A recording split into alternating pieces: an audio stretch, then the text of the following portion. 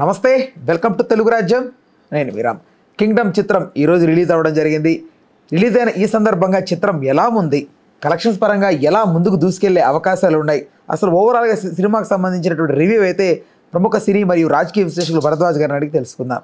కళాఖండం అని అనుకోనక్కర్లేదు, కానీ ఇది ఒక ఎమోషనల్ డ్రామాగా చేయాలని అనుకున్నాడు ఆయన. అంటే ఇందులో రకరకాల ఎమోషన్స్ మిక్స్ చేయడానికి చాలా అవకాశాలు ఉన్నటువంటి ఒక లైన్ అనుకున్నాడు ఆయన. ఆ లైన్ని డిఫరెంట్ లేయర్స్లో నడిపాడు. ఒకటేమో యాక్చువల్గా ఒక జాతి పోరాటంగా దీన్ని మలచాలి అని అనుకున్నాడు. అంటే కొంత ఫోక్ ఎలిమెంట్ ఉండాలి సినిమాలో అనేది ఆయన ఐడియా. ఈ ఫోక్ ఎలిమెంట్ మిక్స్ చేయడానికి 1920లో మొదలుపెట్టాడు కథ. మొదలుపెట్టి అక్కడ శ్రీకాకుళం జిల్లాలో మారుమూల సముద్రపొడ్డున ఉన్నటువంటి ఒక జాలర్ల వ్యవహారము, అక్కడ వాళ్ళ మీద దాడి, అక్కడ నుంచి కొంతమంది పారిపోవటం, ఇదంతా నడిపాడు. అయితే ఆ సన్నివేశాల చిత్రీకరణ చాలా అద్భుతంగా ఉంది. కానీ ఎందుకు బ్రిటిషర్స్ అక్కడ దాడి చేశారు, ఎందుకు టార్గెట్ చేశారు వీళ్ళని అనే దానిలో వివరం లేదు. అంటే దానికి ఒక బలమైనటువంటి రీజన్ ఉండాలి, దాని మీద రియాక్ట్ అవ్వాలి కదా ఆ జాతి. అదే భారతదేశానికి స్వతంత్రం వచ్చేసిన తర్వాత వాళ్ళు వెనక్కి రావచ్చు, ఎందుకు రాలేకపోయారు, అక్కడే ఎందుకున్నారు అనే దానికి సంబంధించి ఆ లేయర్కి సంబంధించినటువంటి ప్రాపర్ డీటెయిల్స్ వర్కౌట్ చేయలేదు. అది జనాలకి ప్రాపర్గా కన్వే కాల. ఒకవేళ ఆయన చేశానని అనుకున్నాడేమో డైరెక్టర్, కానీ ఆడియన్స్కి అయితే ఇది కన్వే కాల, కన్ఫ్యూజనే ఉంది అక్కడ. అయితే వాళ్ళు తిరిగి ఇక్కడికి రావడానికి ఏమైనా ప్రయత్నం చేశారా, రావాలనుకుంటున్నట్టుగా 2-3 సీన్లు కలిపాడు. అంటే ఒక అతను తిరిగి ఇండియా వెళ్ళటానికి ఎవరో కాగితాలు ఇస్తానన్నారని ఇన్ఫార్మర్గా వ్యవహరించాను అనేది ఒక డైలాగ్ ఉంటుంది. ఇలా అదొక లేయర్ నడిపాడు. అంటే ఒక జాతి తాలూకా ఎమోషను. అలాగే ఇక్కడ ఒక సెంటిమెంటల్ టచ్ ఏంటంటే, అన్నని వెతుక్కుంటూ వెళ్ళిన తమ్ముడు అక్కడ వాళ్ళకి నాయకుడు అవుతాడు. ఇదంతా కూడా విధి నిర్ణయిస్తున్నటువంటి కథ అని చెప్పాలని డైరెక్టర్ గారు అనుకున్నాడు. అంటే అదే జాతికి చెందినటువంటి ఇంకెక్కడో పెరిగినటువంటి 2 కుర్రాళ్ళు తిరిగి అక్కడికే చేరి దానికి నాయకత్వం వహిస్తున్నారు, ఇదంతా డెస్టినీ అని చెప్పాలని అనుకున్నాడు డైరెక్టర్. అది ప్రాపర్గా ఎస్టాబ్లిష్ కాల. వీళ్ళు అక్కడికి వెళ్ళిన తర్వాత తెలుస్తుంది, అంటే అన్న ఆల్రెడీ నాయకుడై ఉంటాడు, తమ్ముడు నాయకుడు అవుతాడు. ఇది ఎందుకు అయ్యాడు అని కన్ఫ్యూజన్ ఉంది చాలామందికి. లేదు, అతను అవ్వాలని రాసిపెట్టి ఉంది కాబట్టి అయ్యాడు అని అనుకోవాలి. ఇది డైరెక్టర్ గారి జస్టిఫికేషన్, ఆయన డిజైన్ అది.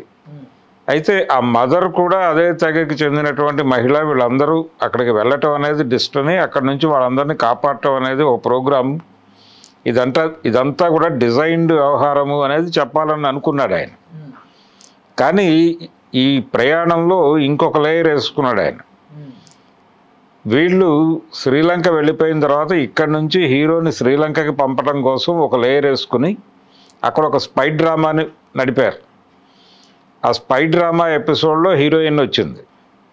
దాంతో ఈ 4-5 లేయర్లలో నడిచేటువంటి కథలో హీరోయిన్కి రోల్ లేకుండా పోయి ఆవిడ గెస్ట్ అపీరెన్స్ చేయాల్సిన పరిస్థితి వచ్చింది. అంటే ఈ సినిమాలో భాగ్యశ్రీ బోర్సే క్యారెక్టర్ ఏంటి అని చెప్తే, హీరోకి కుట్లు వేయటం తప్ప ఆ క్యారెక్టర్కి ఉన్నటువంటి ప్రాధాన్యత ఏమీ కనిపించదు. ఎవరిని పెట్టి తీసినా 2-3 సీన్లు తీసి ఉండొచ్చు. కానీ ప్రమోషన్స్ వీటిల్లో ఆవిడ విపరీతంగా శ్రమ పడ్డారు. అంత శ్రమ పడేంతగా ఆ సినిమాలో ఆవిడ క్యారెక్టర్ లేకపోవటం అనేది కొంత ఇబ్బందికరమే. అంటే అన్నదమ్ముల అనుబంధము ఈ కథలతో చాలా సినిమాలు చూసాం మనం. అంటే ఒక సింగిల్ పాయింట్ ఉండాలి, మీరు ఎన్ని లేయర్లలోనైనా కథను నడపండి, కానీ ఒక ఏకసూత్రత ఉండాలి. ఒక సింగిల్ లైన్లో ప్రేక్షకులకి కథ రిజిస్టర్ అవ్వాలి. ఇది ఓపెనింగు, ఇది ఎండింగు, ఇది ప్రాబ్లము. ఆయన చెప్పదలుచుకున్న విషయాలు బాగానే ఉన్నప్పటికీ జనాలకి కన్వే చేయటంలో ఒక కన్ఫ్యూజన్, ఆడియన్స్లో కన్ఫ్యూజన్ క్రియేట్ చేశాడు ఆయన. ఈ కన్ఫ్యూజన్ క్రియేట్ చేస్తూ ఫస్ట్ హాఫ్ పర్వాలేదు అనిపించినా సెకండ్ హాఫ్ కొంత ఇబ్బందికరంగానే నడిచింది. చివరి అరగంట కూడా దీనికి పార్ట్ 2 ఉంటుందేమో అనే ఇంప్రెషన్ ప్రేక్షకుడికి కలిగించే ప్రయత్నం చేశాడు. అది అనవసరమైన వృధా ప్రయాస. అంటే ప్రతిదీ కూడా అలా లీడ్ ఇస్తూ చివరికి మీ ఊహకు వదిలేస్తున్నాను అని చెప్పి కంక్లూడ్ చేశాడు. ఇది ఇబ్బందికరం. మీరు పార్ట్ 2 తీయదలుచుకుంటే అనౌన్స్ చేసి లీజర్గా చేయండి, ఇంకొంచెం నీట్గా డిజైన్ చేసుకుని చేసి ఉండాలి. అదే అయితే ఒక తపన కనిపించింది ఈ సినిమాలో. గౌతమ్ తిన్ననూరి అనేటువంటి డైరెక్టరు, ఆయన గతంలో జెర్సీ అనే సినిమా తెలుగులో డైరెక్ట్ చేసి దాన్ని హిందీలోకి తీసుకెళ్ళాడు. హిందీలో ప్రాపర్ రిజల్ట్ రాలేదు దానికి. దాంతో హిందీ బెల్ట్లో తనదైన ముద్ర వేయాలి అని అనుకున్నాడు ఆయన. అనుకుని ఒక పాన్ ఇండియా మార్కెట్ని అట్రాక్ట్ చేసే స్క్రిప్ట్ చేయాలి అనే తపనలో ఈ 4-5 లేయర్ల కథ, అలాగే కొంత ఫోక్ ఎలిమెంటు, ఇవన్నీ మిక్స్ చేసి ఒక కాక్టైల్ తయారు చేశాడు ఆయన. ఈ రేంజ్ కథలు నేను డీల్ చేయగలను, చెప్పగలను అనేది ఇండస్ట్రీకి అర్థం చేయించడం ఆయన ప్రోగ్రాం. ఆ ప్రోగ్రాం కోసం, ఇండస్ట్రీకి అర్థం చేయించడం కోసం రాసుకున్నటువంటి కథ ఇది. ఈ కథని నమ్మారు అందరూ. అంటే ప్రొడ్యూసర్లు కన్విన్స్ అయ్యారు, అలాగే హీరో కూడా కన్విన్స్ అయ్యాడు. ఇందులో అన్నదమ్ముల అనుబంధం ఉంది, అక్కడ సెంటిమెంట్ నడపచ్చు. అలాగే తల్లి కొడుకుల మధ్య సంబంధం, అంటే ఒక మదర్ సెంటిమెంట్ ఒకటి డ్రైవ్ చేయడానికి అవకాశం ఉంది. అలాగే ఈ జాతికి సంబంధించిన వ్యవహారం ఒకటి ఉంది. డెస్టినీ ఎలా అంటే అక్కడ ఒక దేవత, దేవుడు విగ్రహాలు, ఇవన్నీ ఈ వ్యవహారం కూడా నడిపారు. అంటే వాళ్ళ కులదైవం, ఒక దైవం ఉంటుంది. అక్కడికి వెళ్ళి మొరపెట్టుకుంటాడు ఆ గురువు. మొరపెట్టుకుని నీకు రోజు దండం పెడుతున్నాం, మాకేమిటి ప్రయోజనం అని. చివరికి ఆ రాజును చూపిస్తాడు. ఇదంతా ఫోక్లో నడపాలనుకున్నాడు అతను, ఓ జానపద సరళిలో నడపాలి అని అనుకున్నాడు డైరెక్టర్ గారు. అది ప్రాపర్గా సింక్ అవ్వలేదు కథలో, అది కన్ఫ్యూజన్ని మిగిల్చింది. అలాగే ఈ స్పై వ్యవహారానికి సంబంధించి నడిపిన లేయర్లో కూడా ఇండియా ఎందుకు అక్కడ స్పై చేస్తుంది అంటే, శ్రీలంకలో స్పైని పెట్టాల్సిన అవసరం ఏంటి, దానికి శ్రీలంక గవర్నమెంట్ సపోర్ట్ చేయాల్సిన అవసరం ఏంటి. ఈ కథ జరిగింది 92లో జరిగింది అని చెప్పాడు టైం. 92 ఆ ప్రాంతాల్లో, అదే టైంలో రాజీవ్ గాంధీ గారి హత్య జరిగింది ఇక్కడ. అంటే ఆ టైంలో ఎల్టీటీఈ, టుల్ఫు, బాలసింగం, ప్రభాకరన్ వీళ్ళ ప్రభావం అంతా నడుస్తున్న ఏరియా అది జాఫ్నా. వాళ్ళ ప్రస్తావన కూడా సినిమాలో లేదు, కనీసపు ప్రస్తావన లేదు. తమిళ ఈలం కోసం అక్కడ ఒక యుద్ధం జరుగుతోంది. ఆ యుద్ధంలో భాగంగా కొంతమంది వాళ్ళ సపోర్టుతో డ్రగ్స్, వెపన్స్ సరఫరా చేయటం, స్మగ్లింగ్ చేయటం లాంటి యాక్టివిటీస్ ప్యారలల్గా జరిగాయి.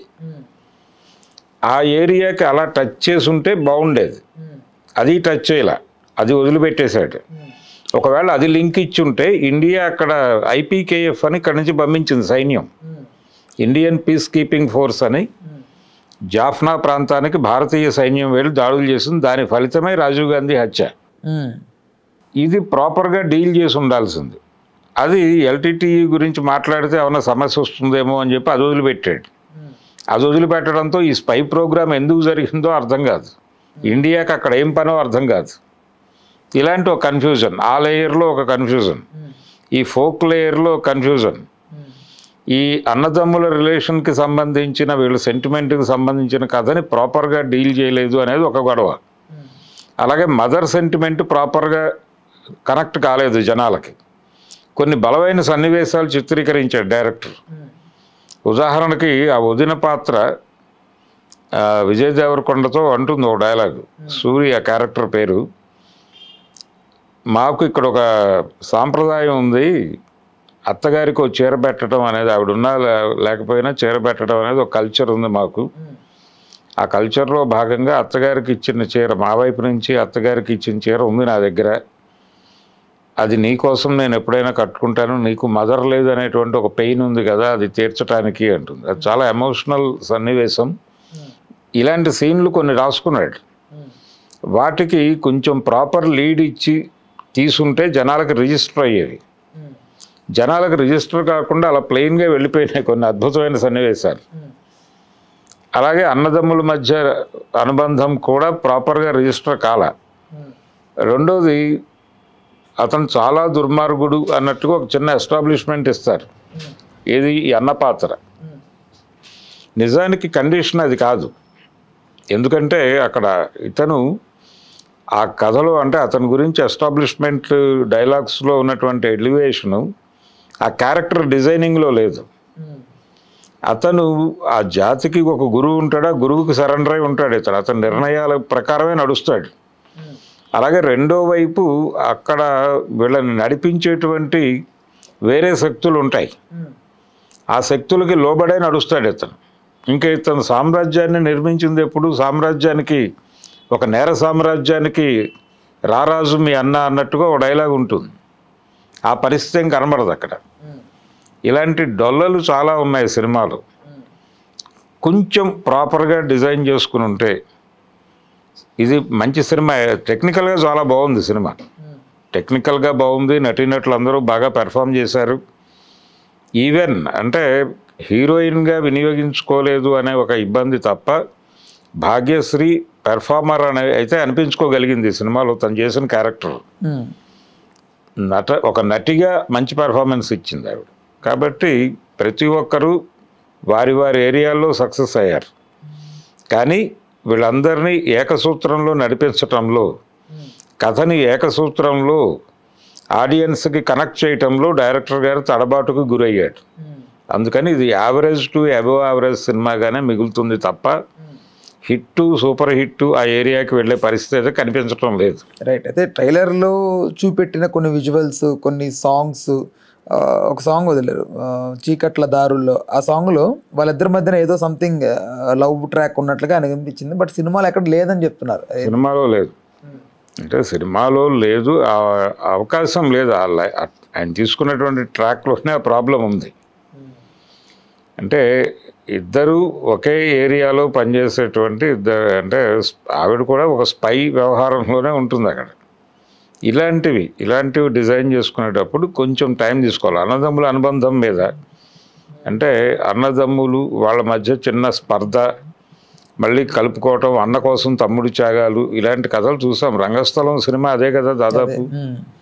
అది అందులో కూడా 4-5 లేయర్లలో కథ నడిచినప్పటికీ ప్రధానమైనటువంటి ఎమోషన్స్ అన్నీ హీరోయిన్ క్యారెక్టర్కి, అంటే హీరోయిన్ క్యారెక్టర్ నుంచి జనం ఏం ఆశిస్తారో అవన్నీ ఉంటాయి, హీరో క్యారెక్టర్ నుంచి ఏం ఆశిస్తారో అవన్నీ ఉంటాయి. ఎక్కడా కూడా ఆడియన్స్ని ఇబ్బంది పెట్టలేదు. ఆడియన్స్ ఏం కోరుకుని థియేటర్కి వస్తారో అవన్నీ తీర్చారు ఆ సినిమాలో. అందుకని అది సక్సెస్ఫుల్ సినిమాగా మిగిలింది. మీరు ఏదైనా చెయ్యండి, కానీ థియేటర్లో కూర్చున్నటువంటి ప్రేక్షకుడిని సంతృప్తి పరచడం అనేది మీ ప్రధానమైనటువంటి కార్యక్రమం. ఆడియన్స్ని ఎంగేజ్ చేయాలి, ఎంటర్టైన్ చేయాలి, లేదు ఎమోషనలైజ్ చేయాలి. ఈ మూడిట్లో ఏది చేయలేకపోయినా సినిమా గురించి వాళ్ళు పాజిటివ్గా మాట్లాడరు బయటకు వచ్చి. ఈ సినిమాకి నిజానికి మొదలైనటువంటి బుకింగ్స్ ఓపెన్ చేసిన తర్వాత 45% వరకు నడిచింది బుకింగ్. కాకపోతే వేదిక మీద నాగవంశీ గారు 60-65 అన్నాడు ఆయన. అది సహజమే. అయినప్పటికీ 45 మీద నడిచినటువంటి సినిమాకి అది పబ్లిసిటీ బాగుంటే, పబ్లిసిటీ అంటే మౌత్ పబ్లిసిటీ బయటకు వచ్చినప్పుడు ఆడియన్స్ పాజిటివ్ నోట్తో బయటకు రావాలి. వస్తే అది ఏ 75కో వెళ్ళేది, అక్కడి నుంచి 100కి రీచ్ అయి ఉండేది. కానీ ఇప్పుడు సినిమా కంటెంట్ చూసిన తర్వాత బయటకు వచ్చిన ప్రేక్షకుల రియాక్షన్ అయితే అంత ప్రామిసింగ్గా లేదు. అందుకని ఇది ఈ 45 నుంచి ఒక 50-55 అలా కొట్టేసి అక్కడ నుంచి మళ్ళీ డౌన్ఫాల్ మొదలై సినిమా అలా ముగిసే వాతావరణం కనిపిస్తుంది. ఎంత కలెక్ట్ చేయొచ్చు అంటారు సినిమా? ఎంత అనేది ఇప్పుడు చెప్పడం కష్టం అండి. అసలు బడ్జెట్ క్లారిటీలు లేవు కదా. ఇప్పుడు 50 కోట్లలో సినిమా తీసి 500 కోట్లు అని చెప్తున్న పరిస్థితిలో ఉన్నాం మనం. అయితే ఈ సినిమాకి ఖర్చు పెట్టారు, ఒరిజినల్ లొకేషన్స్లోకి వెళ్ళారు. అలాగే వీళ్ళు వేసినటువంటి సెట్స్ ఇవన్నీ కూడా బాగానే వర్కౌట్ అయినాయి. టేకింగు, సినిమా మేకింగ్కి సంబంధించి వంక పెట్టడానికి ఏం లేదు అక్కడ. మేకింగ్ బాగుంది, పెర్ఫార్మెన్సెస్ బాగున్నాయి, మొత్తం బాధ్యత డైరెక్టర్ గారు. అలాగే పెర్ఫార్మెన్స్కి సంబంధించి ఈయన తీసుకొచ్చినటువంటి వీళ్ళు కేరళ నుంచి ఇంపోర్ట్ చేసుకున్నటువంటి వెంకటేష్ అనేటువంటి విలన్, అతని పెర్ఫార్మెన్స్ చాలా బాగుంది. అతనికి భవిష్యత్తు ఉంది. తెలుగు సినిమాల్లో అతనికి వేషాలు దొరికే అవకాశం ఉంది. అలా టోటల్గా ఒక average to above average cinema తప్ప ఇదేమి హిందీ మార్కెట్లో కూడా దీని పరిస్థితి అదే అవుతుంది. ఫైనల్గా నష్టం జరిగే అవకాశం అయితే లేదు ఈ ప్రాజెక్టుకి. అలాగని భారీ లాభాల్లో కూడా వెళ్ళదు, అలా నడిచిపోతుంది అంతే.